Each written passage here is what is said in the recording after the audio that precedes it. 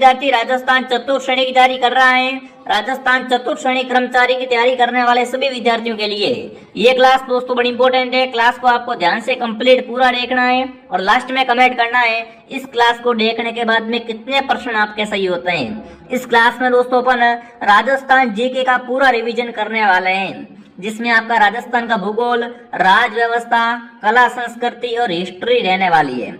मतलब कंप्लीट दोस्तों राजस्थान जीके का सुपड़ा साफ है, वो अपन एक ही क्लास में कर देंगे। तो चलिए क्लास का शुभारंभ करते हैं। आप सबको पता है दोस्तों आपका एग्जाम आपके सर पे आ चुका है, आपका एग्जाम आपके सर पे आ चुका है ना, तो इस क्लास को आप देख लो, बढ़िया रिवीजन करके जाओ एग्जाम में। 100% दोस्तों आपके राजस्थान जीके में अच्छे नंबर आएंगे और राजस्थान जीके से ही आपका बेड़ा पार होने वाला है, क्योंकि अधिकतर वेटेज है वो राजस्थान जीके का ही है। ठीक है, तो चलिए क्लास का शुभारंभ करते हैं। क्लास का पहला ही सवाल, निम्नलिखित में से कौन सी रेखा राजस्थान के दक्षिणी भाग से गुजरती है? मतलब ऐसी कौन सी दोस्तों रेखा है जो राजस्थान के दक्षिणी भाग से गुजरती है? प्रधान मध्यांतर रेखा, मकर रेखा, कर्क रेखा, विषुवत रेखा। तो राजस्थान के दक्षिणी भाग से गुजरती है कर्क रेखा। जो भी विद्यार्थी ऑप्शन सी कमेंट कर रहा है, सी ऑप्शन आपका राइट है दोस्तों। इसकी राजस्थान में लंबाई 26 किलोमीटर है।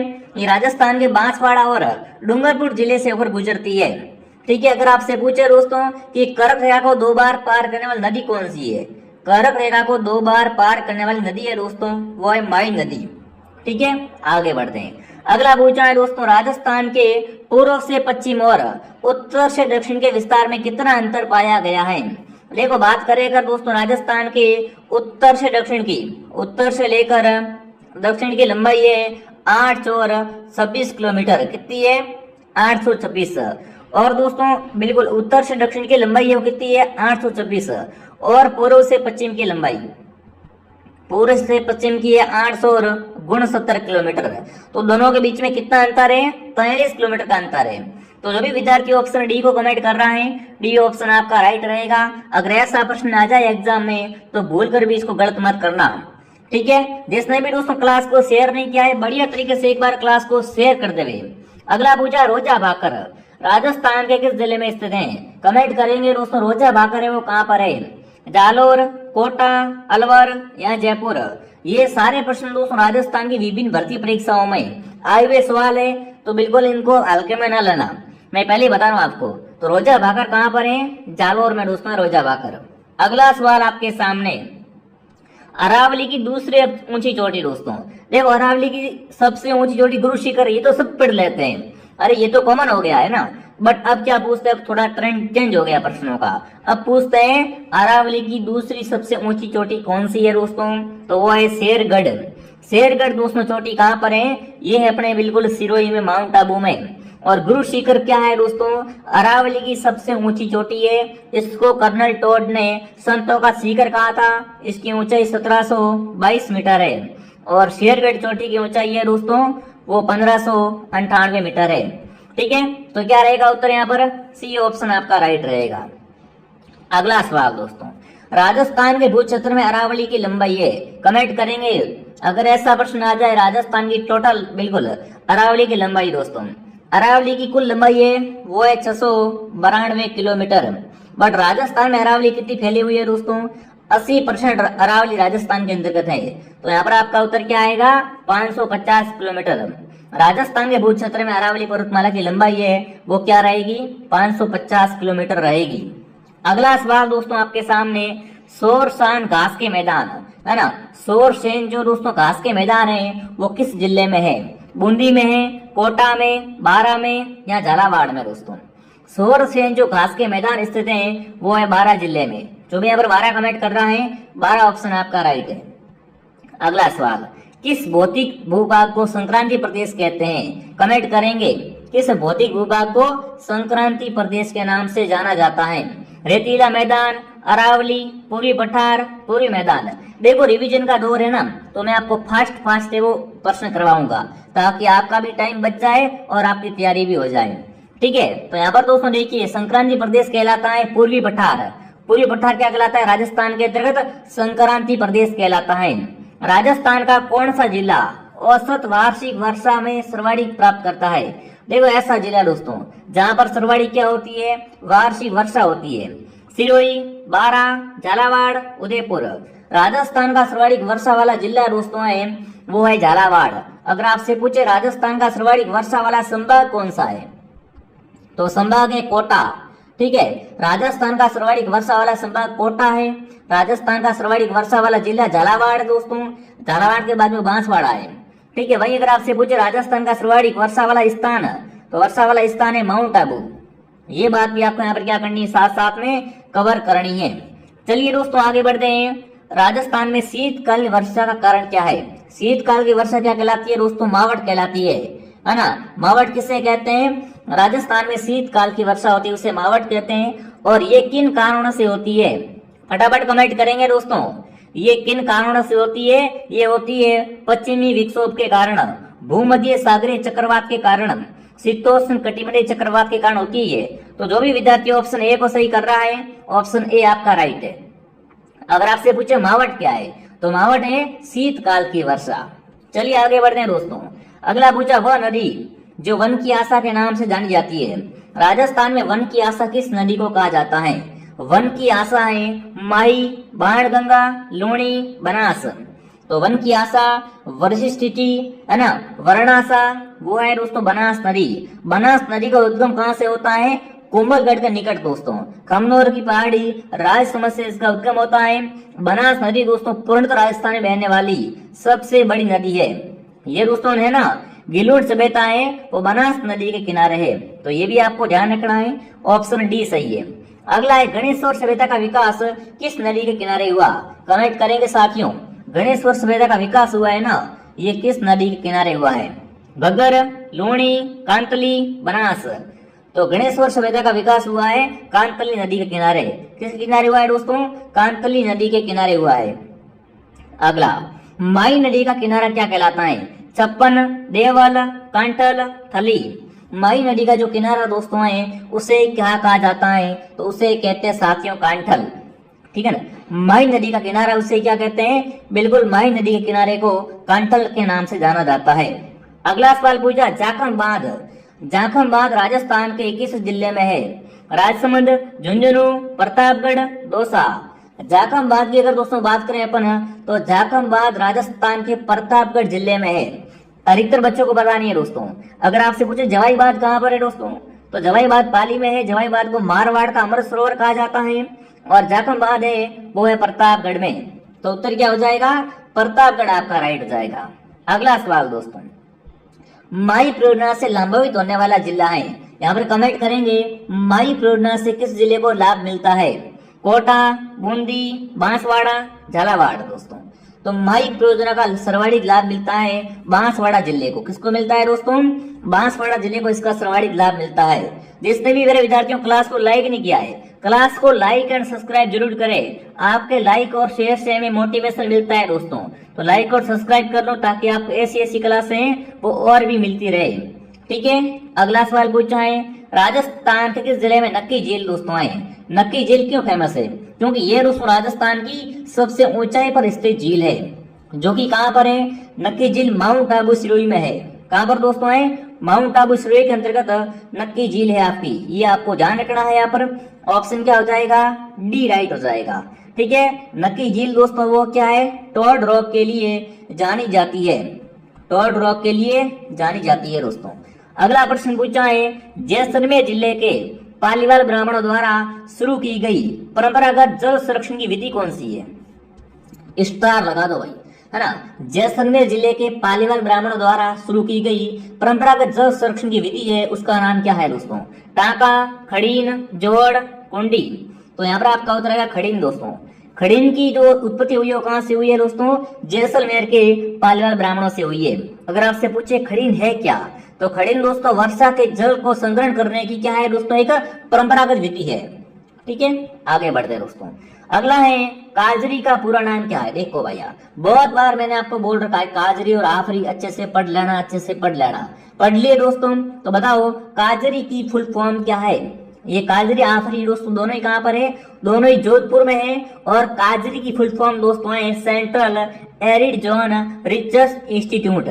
तो यहाँ पर आपका उत्तर क्या रहेगा? सी उत्तर आपका राइट रहेगा। सरकार के विभाग द्वारा जारी शुभंकर त्रुटिपूर्ण कौन सा है? एक तरफ क्या है, जिले है, एक तरफ क्या है, शुभंकर है। तो बताओ त्रुटिपूर्ण कौन सा है दोस्तों? देखिए, अलवर का बाघ, भरतपुर का सारस, भीलवाड़ा का मोर, जालौर का भालू। तो यहाँ पर देखो दोस्तों, बिल्कुल अलवर का जो शुभंकर है वो क्या है, वो है सांबर। ध्यान रखना भैया, ठीक है। तो ऑप्शन क्या हो जाएगा, ए राइट हो जाएगा। ठीक है, भरतपुर का सारस है, भीलवाड़ा का मोर है, जालौर का भालू है दोस्तों, और हनुमानगढ़ का छोटा किलकिला है। ठीक है, बहुत बढ़िया। चलिए आगे बढ़ते हैं। अगला है आकलवुड फॉसिल पार्क कहाँ पर है? बहुत बार प्रश्न आ चुका है दोस्तों। आकलवुड फॉसिल पार्क है वो कहाँ पर दोस्तों है? जैसलमेर में है, राष्ट्रीय मृग उद्यान में। ठीक है, इसका निर्माण दोस्तों है वो जुरासिक काल में हुआ था, मतलब 18 करोड़ वर्ष पूर्व हुआ था। ठीक है, ये यहाँ पर क्या मिलता है दोस्तों? विश्व की लकड़ी के प्राचीनतम जीवाश्म है यहाँ पर। तो ऑप्शन आपका रहेगा जैसलमेर। आकलवुड फॉसिल पार्क कहाँ पर है? जैसलमेर में दोस्तों। अगला है राजस्थान में एकमात्र पक्षी चिकित्सालय कहाँ पर है? राजस्थान का एकमात्र पक्षी चिकित्सालय भरतपुर, जयपुर, जोधपुर, सवाई माधोपुर। राजस्थान का एकमात्र पक्षी चिकित्सालय है वो है जयपुर में दोस्तों। कहाँ पर है? जयपुर में। अगला सवाल, सरसों अनुसंधान केंद्र कहाँ पर है? बहुत बार प्रश्न आ चुका है दोस्तों एग्जाम में। राजस्थान के तमाम परीक्षाओं में आने वाला सवाल दोस्तों है ये। राष्ट्रीय सरसों अनुसंधान केंद्र है वो है सेवर भरतपुर में दोस्तों। कहाँ पर है? सेवर भरतपुर में। तो जो भी विद्यार्थी ऑप्शन बी को सही कर रहा है, बी ऑप्शन आपका राइट है। अगर आपको हमारे दोस्तों कंटेंट, हमारे सवाल पसंद आ रहे हैं तो क्लास को लाइक कर देना भाई। आपके एग्जाम में ऐसे ही प्रश्न आएंगे, देख लेना, और हूबहू ये प्रश्न छपेंगे, फिर आप कहोगे सर वास्तव में मजा आ गया। ठीक है, तो बस आप क्लास को देखा करो ध्यान से। अगला पूछा है दोस्तों आपसे, निम्नलिखित में से पीली क्रांति का संबंध नहीं है? सरसों, तिल, खाद्यान्न तेल, चना, इनमें से बताओ भाई पीली क्रांति का संबंध किससे नहीं है दोस्तों? तो बिल्कुल इसका संबंध चने से नहीं है। चना ऑप्शन क्या हो जाएगा यहाँ पर? राइट हो जाएगा। अगला पूछा, सोयाबीन उत्पादक जिला है राजस्थान के अंतर्गत सोयाबीन का उत्पादन सर्वाधिक कहाँ से होता है? बारा, जालोर, हनुमानगढ़, बीकानेर। तो राजस्थान के अंतर्गत सोयाबीन का उत्पादन सर्वाधिक होता है बारा से दोस्तों। कहाँ से होता है? बारा से होता है। अगला सवाल पूछा, जनगणना 2011 के अनुसार राजस्थान का वह जिला जिसमें ग्रामीण लिंगानुपात है वो सबसे कम था। बताओ भाई, है ना। 2011 की जनगणना अनुसार ग्रामीण लिंगानुपात सबसे कम दोस्तों किस जिले का था? तो वो है धौलपुर जिले का। ठीक है, ये बिल्कुल ग्रामीण लिंगानुपात की बात कर रहा हूँ। अगर आपसे पूछे राजस्थान का ग्रामीण लिंगानुपात कितना है दोस्तों? राजस्थान का ग्रामीण लिंगानुपात है 933। ठीक है, अगर सीधा पूछे राजस्थान का लिंगानुपात तो राजस्थान का लिंगानुपात 928 है, बट ग्रामीण में कितना है? वो है दोस्तों 933। अगला सवाल, राजस्थान में न्यूनतम साक्षरता वाला जिला। देखो यहाँ से प्रश्न बन सकता है कि राजस्थान में सर्वाधिक साक्षरता वाला जिला कौन सा है? सर्वाधिक साक्षरता है कोटा जिले की। वहीं अगर आपसे पूछे न्यूनतम साक्षरता, तो राजस्थान का न्यूनतम साक्षरता वाला जिला है वो रहेगा जालोर जिला। कौन सा रहेगा दोस्तों? जालोर ऑप्शन आप सबका एकदम राइट हो जाएगा। अगला देखिए दोस्तों, भारत की भील जनजाति के गांव का मुखिया क्या कहलाता है? भीलों के गांव का मुखिया होता है ना, उसे क्या कहा जाता है? वो आपको यहाँ पर कमेंट करना है। चलिए विद्यार्थियों, भीलों के गांव का मुखिया होता है उसे कहते हैं गमेती। क्या कहते हैं दोस्तों? गमेती कहा जाता है उसे। अगला है, सन 2011 के अनुसार राजस्थान में सर्वाधिक लिंगानुपात है ना। 2011 के अनुसार राजस्थान का सबसे अधिक लिंगानुपात दोस्तों रहा है वो बिल्कुल कितना रहा है वो आपको बताना है। चलिए देखते हैं आपका उत्तर क्या आता है। सर्वाधिक दोस्तों रहा है 994। कितना रहा है दोस्तों? बिल्कुल 994 रहा है। अगला प्रश्न आपसे पूछा है, जनगणना 2011 के अनुसार राजस्थान में 0 से लेकर 6 वर्ष के वर्ग के न्यूनतम लिंगानुपात किस जिले का है? मतलब सबसे कम शिशु लिंगानुपात, है ना। सबसे कम शिशु लिंगानुपात वाला जिला है वो कौन सा हो जाएगा? वो है झुंझुनू। सिंपली अगर आपसे पूछे राजस्थान का शिशु लिंगानुपात कितना है, तो राजस्थान का शिशु। अगला पूछा है, 2011 की जनगणना अनुसार राजस्थान में ग्रामीण महिला साक्षरता दर कितनी रही है दोस्तों? ग्रामीण महिला साक्षरता दर कोई पढ़ता नहीं है क्योंकि इंपॉर्टेंट है, तभी नहीं पढ़ते हो, है ना। तो पढ़ लो भाई। ग्रामीण महिला साक्षरता दर दोस्तों रही है, ये रही है बिल्कुल 45.8। कितनी रही है? 45.8 दोस्तों। अगला पूछा है गुलाबी संगमरमर का खनन क्षेत्र है, मतलब राजस्थान के अंतर्गत गुलाबी संगमरमर कहाँ से निकलता है। देखिए फटाफट कमेंट करेंगे। गुलाबी संगमरमर है वो निकलता है दोस्तों अपने बाबरमल से। कहाँ से निकलता है? बाबरमल से बिल्कुल क्या निकलता है, राजस्थान के अंतर्गत गुलाबी संगमरमर है वो दोस्तों निकलता है। चलिए आगे बढ़ते हैं। राजस्थान के किस भाग में तांबे के प्रचुर भंडार है? तांबे के दोस्तों खान या तांबे के प्रचुर भंडार दोस्तों है वो कहाँ पर है? डीडवाड़ा में, बीकानेर में, उदयपुर में या खेतड़ी में? तो खेतड़ी झुंझुनू में क्या है दोस्तों, तांबे के प्रचुर भंडार पाए गए हैं। ऑप्शन डी सही है। बड़ला सोलर प्लांट कहाँ पर है? बहुत इंपॉर्टेंट क्वेश्चन दोस्तों। बड़ला सोलर प्लांट है वो कहाँ पर है? जोधपुर, जैसलमेर, बाड़मेर या दोस्तों बांसवाड़ा? ये भी 3-4 एग्जाम आ गया सवाल। तो बड़ला सोलर पार्क है दोस्तों वो है अपने जोधपुर के अंतर्गत। कहाँ पर है? जोधपुर में। अगला है निम्न में से कौन सा राजस्थान का पहला सुपर तापीय पावर प्लांट था? बताओ भाई, राजस्थान का पहला सुपर तापीय बिल्कुल पावर प्लांट कौन सा था? तो वो है सूरतगढ़ सुपर तापीय पावर प्लांट। ठीक है। अगला सवाल पूछा है निम्न में से कौन सा सही नहीं है? राष्ट्रीय मरु उद्यान जैसलमेर में, जोगनिया माता मंदिर भीलवाड़ा में, सुंदरी कोटी सीकर में, मूसी महारानी की छतरी अलवर में? तो सीधी बात है दोस्तों, सुंदरी कोटी कहाँ पर है? अरे गुरुजी सुंदरी कोटी तो टोंक में है। कहाँ पर है? टोंक में। तो बिल्कुल ये क्वेश्चन वीडियो मेंस में आया हुआ सवाल है, हल्के में मत लेना। राष्ट्रीय मरु उद्यान जैसलमेर में है, जोगनिया माता मंदिर भीलवाड़ा में है, सुंदरी कोटी टोंक में है और मूची महारानी की छतरी है वो है दोस्तों अलवर में। ठीक है। राजस्थान में ग्रीष्म उत्सव कहाँ मनाते हैं? माउंट आबू, जयपुर, पुष्कर, जोधपुर? राजस्थान के अंतर्गत ग्रीष्म महोत्सव मनाते हैं माउंट आबू के अंतर्गत। कहाँ मनाते हैं? ग्रीष्म महोत्सव माउंट आबू में मनाते हैं।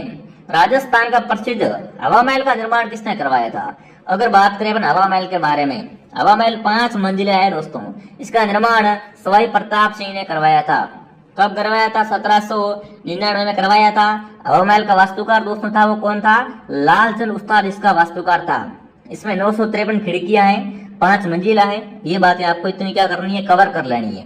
ठीक है। अगला पूछना है जयपुर की ट्रैक गेज, बिल्कुल जयपुर मेट्रो की ट्रैक गेज कितनी है? जयपुर में क्या है दोस्तों? मेट्रो की सेवा है। उसकी जो ट्रैक है उसकी गेज कितनी है दोस्तों? जयपुर मेट्रो की ट्रैक गेज है 1435 मिमी। कितना है? 1435 मिमी दोस्तों। राजस्थान का एकीकरण कितने चरणों में संपन्न हुआ था? बात करें एकीकरण के बारे में दोस्तों, तो राजस्थान का एकीकरण का जो श्रेय जाता है ना वो हो जाता है सरदार पटेल को। और राजस्थान का एकीकरण दोस्तों है वो कितने चरण में हुआ था? 7 चरणों में पूरा हुआ था। पहले चरण का नाम मत्स्य संघ था दोस्तों। एकीकरण का सबसे बड़ा चरण था वो 4था चरण था दोस्तों। ठीक है। ये बातें आपको ध्यान रखनी है। अगला पूछा है राजस्थान में राज प्रमुख के पद को कब समाप्त किया गया? कमेंट करेंगे। राजस्थान का अंतर्गत दोस्तों राज प्रमुख के पद को समाप्त किया गया था 1 नवंबर 1956 को। ठीक है। अगला जैसलमेर का गोंडा शासन पुस्तक के लेखक कौन है? जैसलमेर की बात हो रही भैया तो कौन आएगा? फटाफट कमेंट करेंगे। जैसलमेर का गोंडा शासन नामक पुस्तक के लेखक है वो अपने सागरमल गोपा। ठीक है। सागरमल गोपा का संबंध है वो जैसलमेर से है। आगे बढ़ते हैं। स्वामी दयानंद सरस्वती का संबंध राजस्थान के किस जिले से रहा था? बात करेगा दोस्तों स्वामी दयानंद सरस्वती की, तो इनका जो निर्वाण हुआ था दोस्तों, इनकी मृत्यु हुई थी वो कहाँ हुई थी? अजमेर के अंतर्गत। तो जो भी विद्यार्थी सी कमेंट कर रहा है सी ऑप्शन आपका राइट है। अगला पूछा है 1919 में राजस्थान सेवा संघ की स्थापना कहाँ पर की गई थी? कमेंट करेंगे। 1919 में राजस्थान सेवा संघ की स्थापना दोस्तों की थी वो की थी वर्धा में। कहाँ पर? वर्धा महाराष्ट्र में। अगला सवाल दोस्तों, चेतावनी चुंगटिया नामक रचना किस क्रांतिकारी द्वारा रचित है? बताओ भाई, चेतावनी चुंगटिया है ना, किसने रचना की इसकी? श्यामल दास, बांकीदास, केसरी सिंह बारट, प्रताप सिंह बारट? फटाफट तरीके से कमेंट करेंगे दोस्तों। एक बार चेक कर लीजिए, अगर आपने सब्सक्राइब नहीं किया है सब्सक्राइब कर लो। आपको राजस्थान की जो भी तमाम वैकेंसी आ रही है दोस्तों, सारी वैकेंसी की तैयारी करवाएंगे। जब तक आप सफल नहीं होंगे तब तक आपको छोड़ने वाले नहीं हम, तो सब्सक्राइब कर लो। बढ़िया बढ़िया अच्छा कंटेंट आपको मिलेगा यहाँ पर। ठीक है। चेतावनी चुंगटिया दोस्तों है वो बिल्कुल किसकी है? केसरी सिंह बारट की दोस्तों रचना। ठीक है। आगे बढ़ते हैं। ये दोस्तों लिख के इन्होंने क्या किया था? बिल्कुल फतेह सिंह को भेजी थी। वो दिल्ली के दरबार में जा रहे थे दोस्तों। दिल्ली के दरबार में जाने से रोकने के लिए इन्होंने क्या किया दोस्तों, ये चेतावनी चुंगटी है वो भेजे थे फतेह सिंह को। ठीक है, आगे बढ़ते हैं दोस्तों। बेंगटी गांव फलोदी में किस लोक देवता का मुख्य मंदिर है दोस्तों? बेंगटी गांव फलोदी में दोस्तों अगर देखें किस देवता का मंदिर है, तो बिल्कुल यहाँ पर क्या बना हुआ है दोस्तों, यहाँ पर बिल्कुल फटाफट एक बार कमेंट करेंगे। तो यहाँ पर अड़बू जी का मंदिर है। किसका दोस्तों? अड़बू जी का मंदिर बना हुआ है। अगला है, निम्न में से सर्वप्रथम मारवाड़ में ऊंट लाने का श्रेय जाता है। मारवाड़ में सबसे पहले दोस्तों ऊंट लाए थे पाबू जी ने। पाबू जी को ऊंटों के देवता कहते हैं दोस्तों। इन्होंने सर्वप्रथम क्या किया था, मारवाड़ में ऊंट लाए थे। ठीक है, बिल्कुल। जब भी ऊंट बीमार होता है, ऊंट की रुग्णता दूर करने के लिए इन्हें दोस्तों पूजा जाता है। इन्हें फलक रक्षक देवता भी कहा जाता है। ठीक है, ऊंटों के देवता है बाबू जी। इनमें से कौन सा संगत है? रामदेव जी का रामदेवरा, मणिनाथ जी का गागरोन, तेजाजी करनाल, बाबूजी कोलू।